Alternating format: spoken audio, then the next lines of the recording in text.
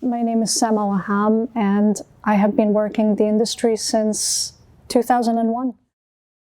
As far as I know, I think I've always wanted to be a storyteller, a visual storyteller. I just didn't know what it's called or how to approach or frame it. I was an architecture undergrad student and I took a photography course, and I was in the dark room working on one of my assignments, and I remember this one specific photograph as it was developing and the image was appearing. I just looked at it and said, I think I know what I want. I am now an assistant professor of film production at Buffalo University, SUNY, along with being a director and producer and cinematographer, along with shooting and collaborating with colleagues and being on sets whenever I can. Above all, deep inside, I've always been, and this whole story stemmed from being a cinematographer and a visual storyteller. I'd like to think I bring a lot of passion and maybe commitment and courage, and definitely an ongoing search for unconventional ways of looking and seeing, and stories that allow me to challenge traditional ways of expressing myself.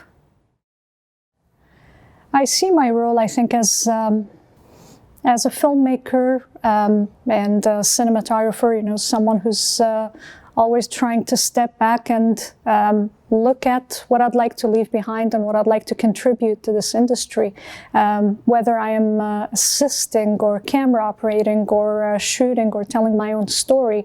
And as an educator and someone who mentors other people to help them find their own voices and their own spots on set, and as storytellers, and really walking them towards partaking in this discussion of how can we make this healthier and a better industry, sharing stories, good and bad stories, my own successes and failures with them, and other people's, to help them understand where we come from and where we'd like to go next.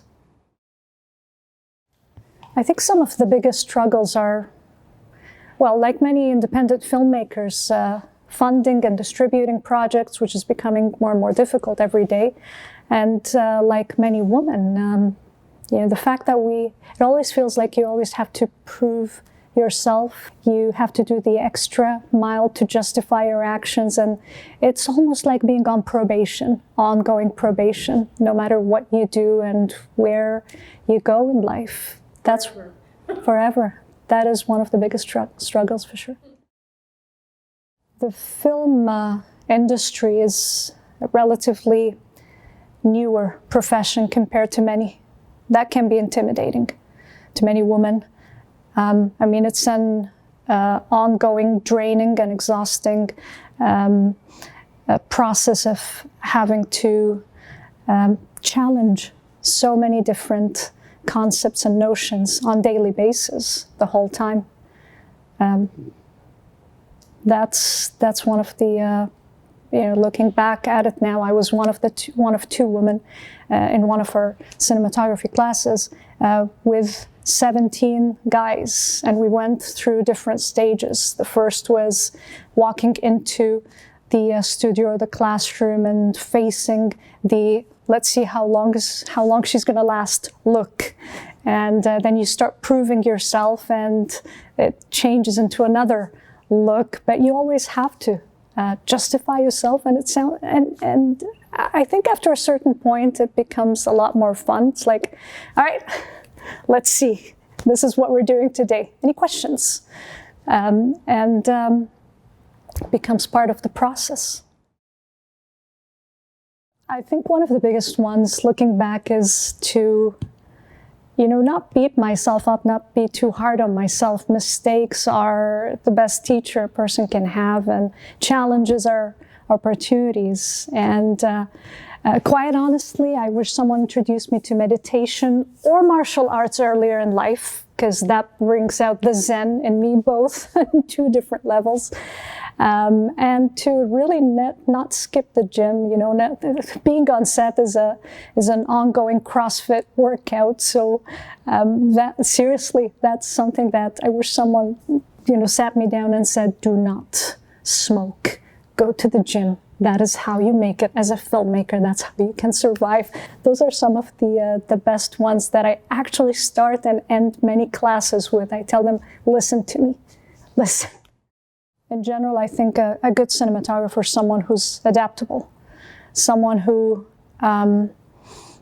continues pursuing knowledge and upgrading what they know, and someone who's not afraid of redefining boundaries and rules, including their own. By default, a cinematographer is someone who has this empowering built-in filter. They could walk into any area or space or scenario and see stories that many can't perceive, and see opportunities and angles and shots and compositions and sub-stories and sub-messages that many don't even know exist. There's a new one every day. There's a new lesson that with every shot, with every challenge you overcome, you learn something new. But one of the most important ones, I guess, is to never settle.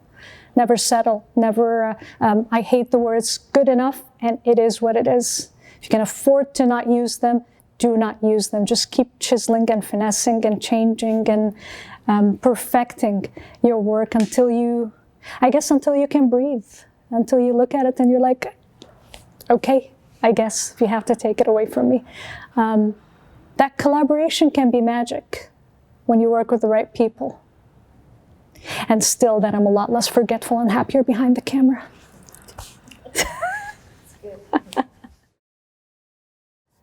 There are so many different highlights. I mean, every single film's export, every time we start, every time we wrap, that's a highlight.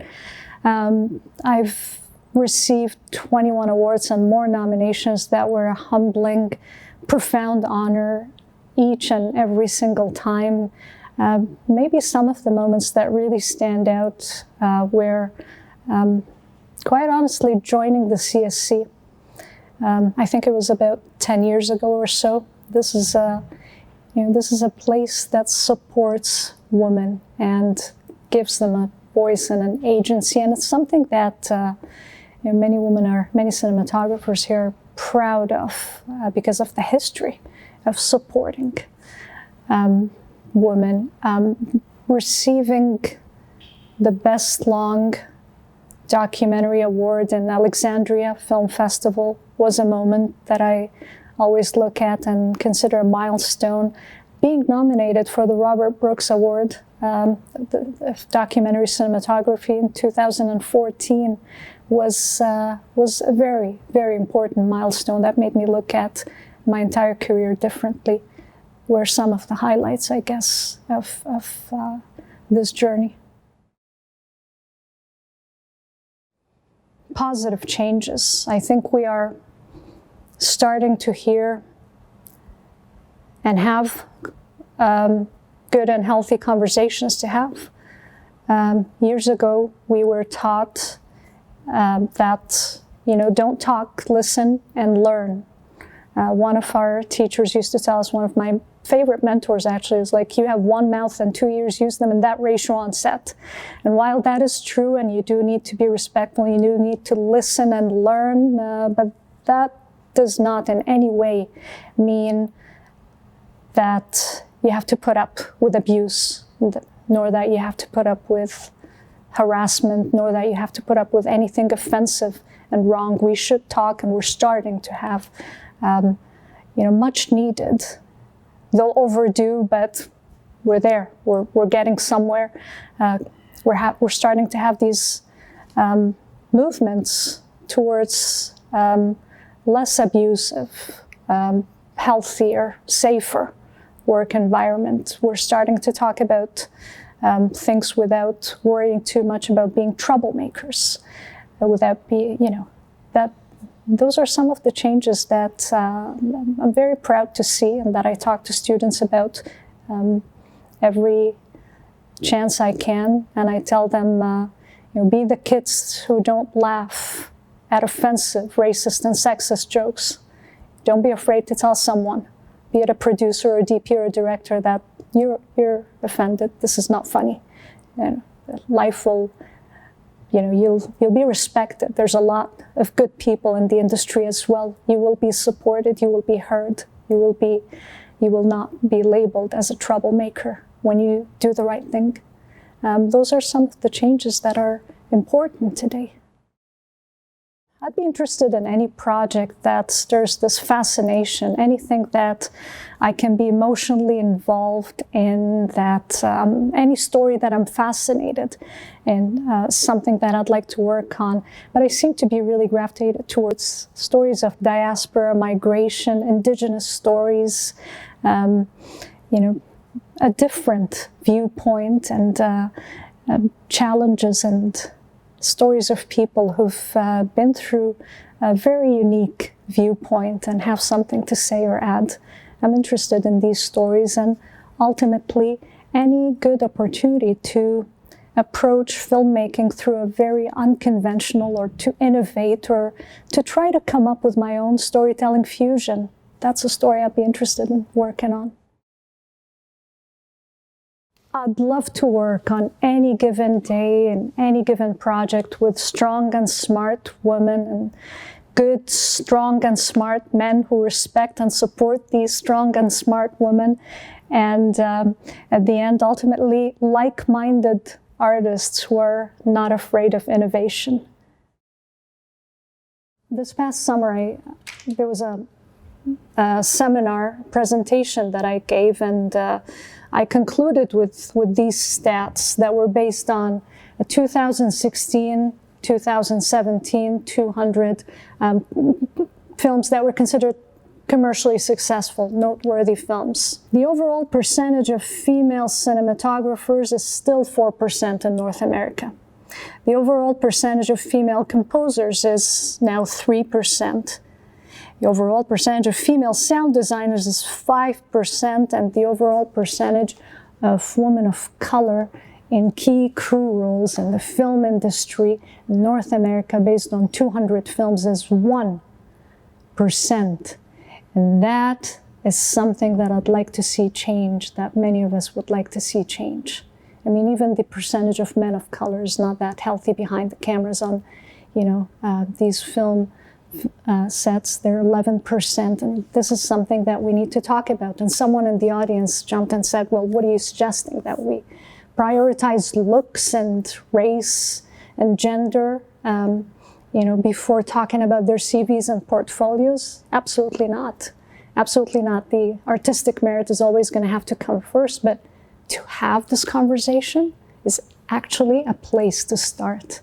When we talk about something like this, that's going to make us a lot more aware of CVs and portfolios that can be foregrounded, that deserve to be foregrounded. That's going to encourage a lot of these people to apply to begin with. I tell people that, be mindful of that when you're collaborating with people. Just look around you and see how many missed opportunities and good talents of people who can really contribute to your stories, to your films. This is magic. This is what this is all about. And I tell them to not laugh at these racist and sexist and ageist and lots of ... jokes on sets. There's even heightism in the film industry. As soon as you walk into that film set, there's like a group of people like, do you need help? I mean, I'll ask. If I need help, I'll ask.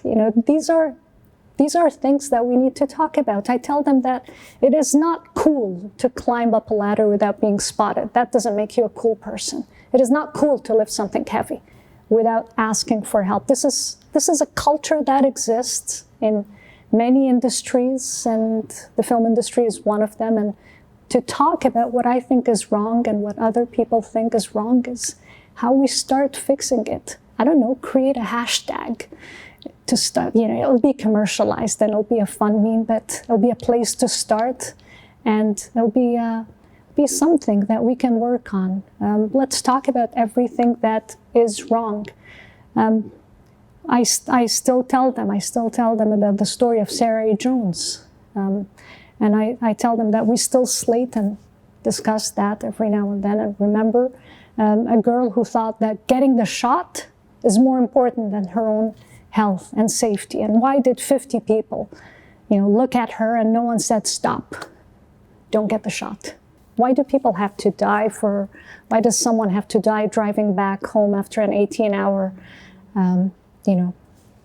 18 hours on set for us to start to talk about, union breaks? Why do names like Julia Roberts and Meryl Streep, who I respect a lot for doing that, when they got involved in this whole movement and signed the petition is when people are like, oh, hours.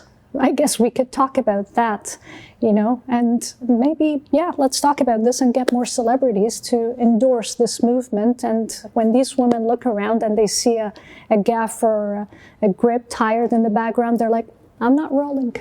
Give them a break right now. I'm not working. And, be the kids who change that. Be the change. Don't laugh. Don't endorse this. Don't take abuse. Yes, work for free every now and then. Do art for the sake of art. A few freebies and being reliable and being committed is going to get you a lot more gigs and a lot of respect, and it will go a long way.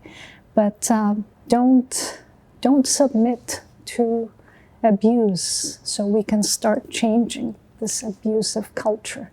There's a lot of good people in the industry too. Look for them and look for a mentor. Find a mentor and ask for guidance. There's people who have a lot to share, and one of the advantages that we have is we do a lot less lecturing and a lot more sharing stories. Years ago, it felt like an identity crisis to be part of that 1%, the 1% of women of color working on sets. It felt like, oh, I'm a minority. Today, it feels like a privilege. It feels like an opportunity every single day and a voice and a way to represent so many stories and so much depth. I always tell students, look around you whenever you see someone who sounds or looks different. Remember that they bring the richness and the depth of that difference with them. This is someone who can bring in so many stories that we may not be accustomed to, and it's like someone with a challenge or someone with any kind of difference. Being a minority and being part of the 1% is an amazing opportunity to try to represent, to try to tell people what that 1% is capable of doing or saying or bringing to the table today.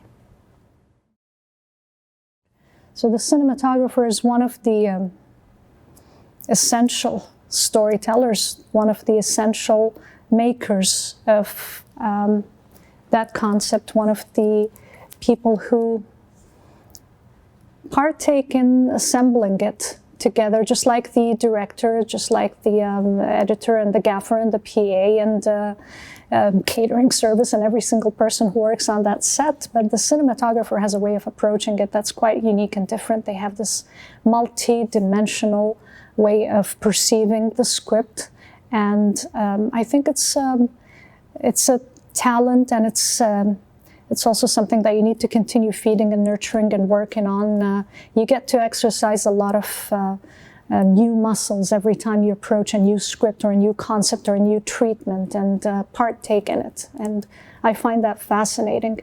And I'll tell you a secret, quite honestly, there's been films that I made as a director-producer because I had this image or a composition or shot in mind. I won't tell you which films, but I've actually made films based on, okay, I'd really like to get to that shot, and I think many can, relate to that. This is, it's such a unique gift and such a satisfying and a feeling that is next to none. It's a very unmatched way to live life. And I think this just reminded me of one of the first, I think 18 years ago, I attended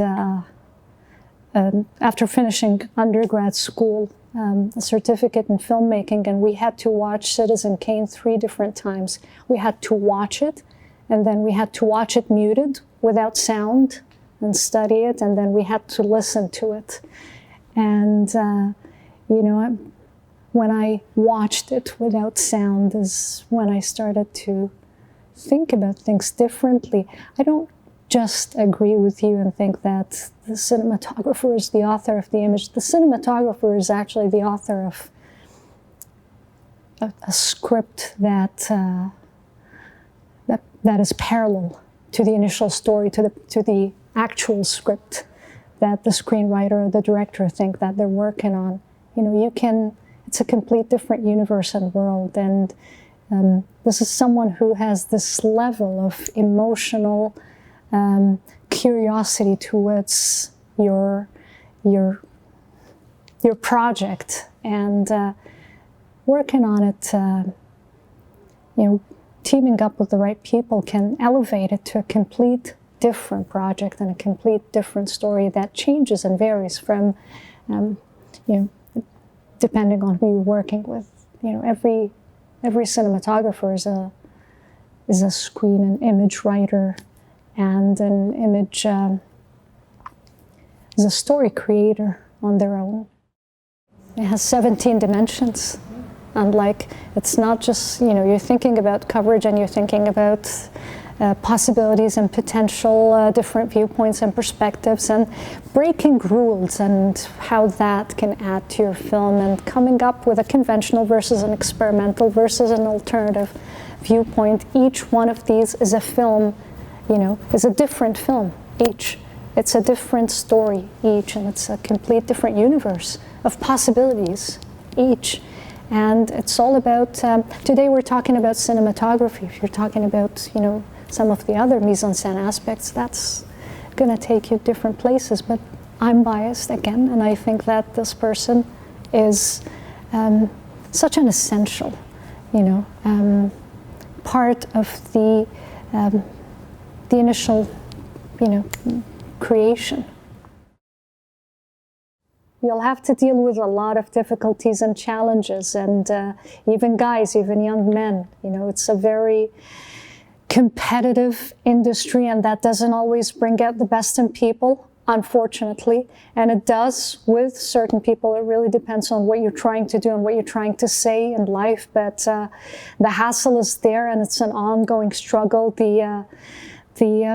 The challenges are going to be there. It's how you perceive challenges that's going to inform your work. That's going to say a lot about who you will become.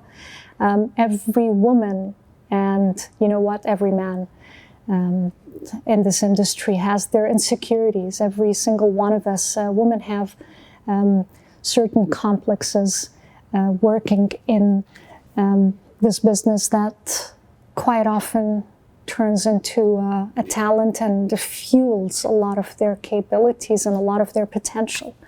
And so I would say embrace these insecurities and just continue chiseling and working on them and finessing them, and get to a point where you are looking forward to the challenge and to a guy questioning, you know, one of your own crew members just questioning your decision. You know, no matter how far you get in life, there's going to be a group of people who look at you and say, you know, all right, if you say so, that's phase 3 or 4. It's like you made it. When we just moved and evolved from, let's see how long this is going to take, to, if you say so. I read an article that Sarah Thomas Moffat actually once shared, and I loved it. You know, she's one of my favorite, and you know, people to look up to, and she's very supportive and always shares amazing stuff. One of the things that she posted once was an article, or it was really a blog by this woman, cinematographer in LA. She says, I was shooting something, I was working on a project, and I was assembling my gear, so I put my camera up and I was completing the setup when someone, a random person in the street, just walked up and grabbed her gear and, you know, started checking it and playing with the camera. And she's like, what? You don't do that. This is somebody's gear. This is somebody's equipment. So she ran. She's like, oh, excuse me. Like, can I help you? She was being polite. And he's like, are you a student? She's like, I froze.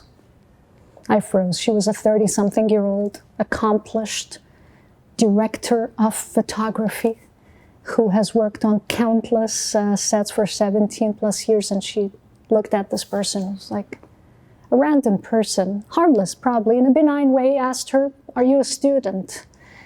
And she froze. She's like, he caught me off guard.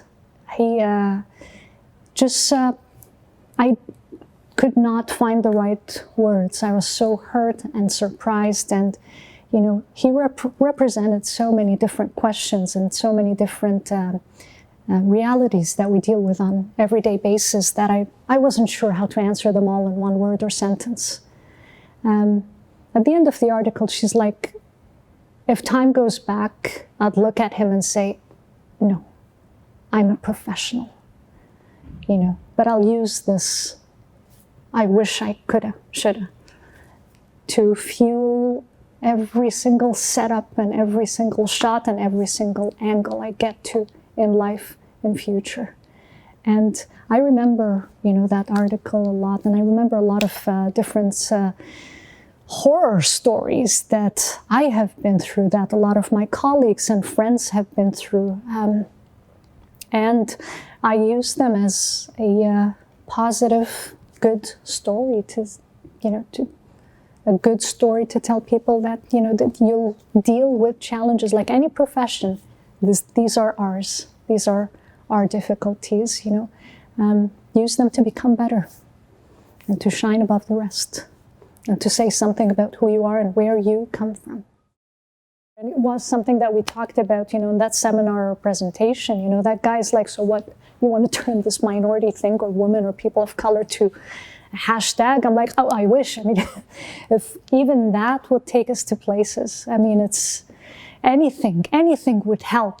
Talking about this right now is therapeutic to so many different people out there. It is, someone in the audience here might be interested in applying, but they're intimidated, but they're worried. And to hear someone say that, I'm still where you are. It's, I haven't made it much further. We're all in the same place, almost still. 4% women, general. And I think this has been, 10 years that we're saying 3%, 4%? I was working with Duraid Menajim once. It was such an honor to just collaborate with him. I was directing, and I was the third camera person on my own set, and he was DPing the shoot. And we were making a film about a minority that is so underrepresented, one of the Mesopotamian indigenous minorities, religious so-called minorities, although these are the original people of Mesopotamia, the indigenous people.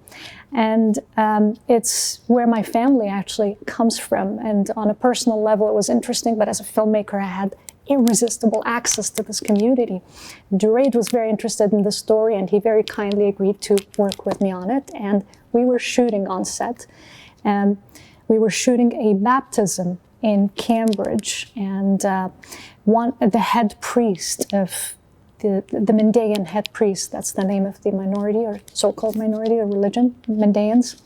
He was performing a baptism ritual in Cambridge, Ontario, and someone in the community, objected, didn't like the fact that we were focused on the priests reciting the prayers and just reading stuff, and wanted us to look at what people were doing. There were celebrations, some were barbecuing, he thought we were just shooting I don't know what he thought we were doing. But it was a docu-poem about these people and, contemplating the notion of homeland loss and diaspora, as well as a fading practice that is 5,000 years old. So this guy walked up to Duraid and started making directorial suggestions. And Duraid very respectfully and kindly looked at him and said, she's actually the director and the producer. You can tell her whatever you want to say. And I will never forget that look. And I thought about that when I read this woman's article. He looked at me, and with a look of slight disgust and horror and surprise, he's like, her? And time stopped, I think, for a split of a moment that felt a lot longer. I was sitting right next to the head Mandaean priest and working with a crew that I considered, a dream team. And this guy just walks up to us, and he's in the middle of the shoot, right in front of 2 of the 3 cameras, and he's like, her? And, he looked at me and decided not to share any of those directorial suggestions with me, and instead walked away telling, where did you get her from? Start telling people, it's like, who hired her? Like, that's, and this is someone from my community, the Iraqi Canadian community. It's like I was making a story about us, about these people, about who you are and where you come from and what your frustrations and what your fears are today, and the story of displacement and the story of home and the other home and belonging, questioning all of these things as someone who grew up in diaspora. And this man could not see any of this and could just see that why would you choose a tiny little 5'3" woman, to give her that responsibility? Who assigned? Who hired you? That was, but I'll never forget, speaking of teaming up with great men who respect and support women, I'll never forget how supportive and how good it felt to work alongside someone like Durate, for example, how respectful he was of everything that we were doing, and how he would whisper, he'd give me, he was the DP of the project, as well as, someone that I relied on for guidance and for mentorship as well while working on my own film. And it was a learning experience for me. It was, I had an identity crisis when I started that film, but working with that group of people and making that story, has taken me through a journey. At the end of the film, I was like, I think we're good. I don't think I have that identity crisis anymore. There's this identity that I can always rely on, that I will never question, no matter where I come from or go to, whether I'm Iraqi or Canadian. My identity as a filmmaker, that is something that is never gonna let me down, and I will never, I don't need to question that. I can always, revisit that.